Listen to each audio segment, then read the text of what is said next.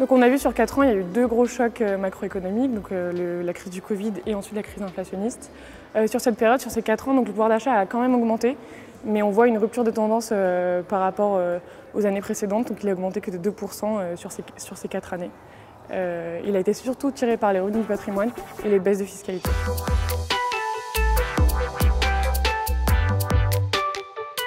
Il y a des effets très différents de ces 2 crises qui sont aussi différentes sur le pouvoir d'achat.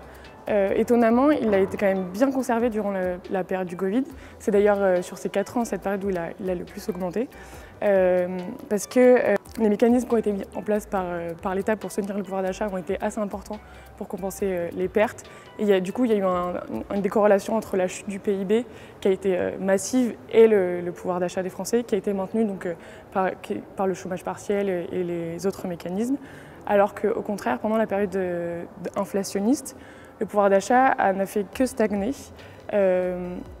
notamment parce que les revenus du travail n'ont pas été revalorisés au même niveau que l'inflation.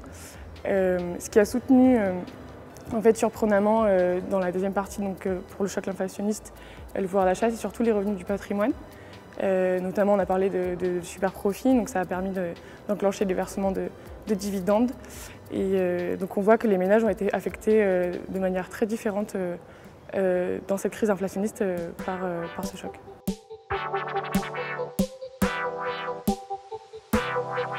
Alors nous, à l'OFCE, on prévoit qu'en 2024, déjà, il y a eu une indexation de certaines prestations sociales, comme les retraites, qui ont été indexées en début janvier 2024. On s'attend aussi à un ralentissement de l'inflation, donc qui ne va pas disparaître. Les prix vont continuer à augmenter, mais dans une mesure beaucoup plus faible que ce qu'on a vu en 2022 et en 2023. Et donc on va avoir un rattrapage par exemple de ces retraites en volume sur l'inflation. On va aussi voir un rattrapage des salaires. Malheureusement, il y a la création d'emplois qui avait pour le coup participé à la hausse, au maintien de pouvoir d'achat, va participer là pour le coup à la baisse. C'est-à-dire qu'on va partir sur une destruction d'emplois. Donc c'est ce qu'on prévoit pour l'année 2024, une hausse du pouvoir d'achat, mais qui sera plutôt maintenue par les salaires et par la revalorisation de certains minima sociaux.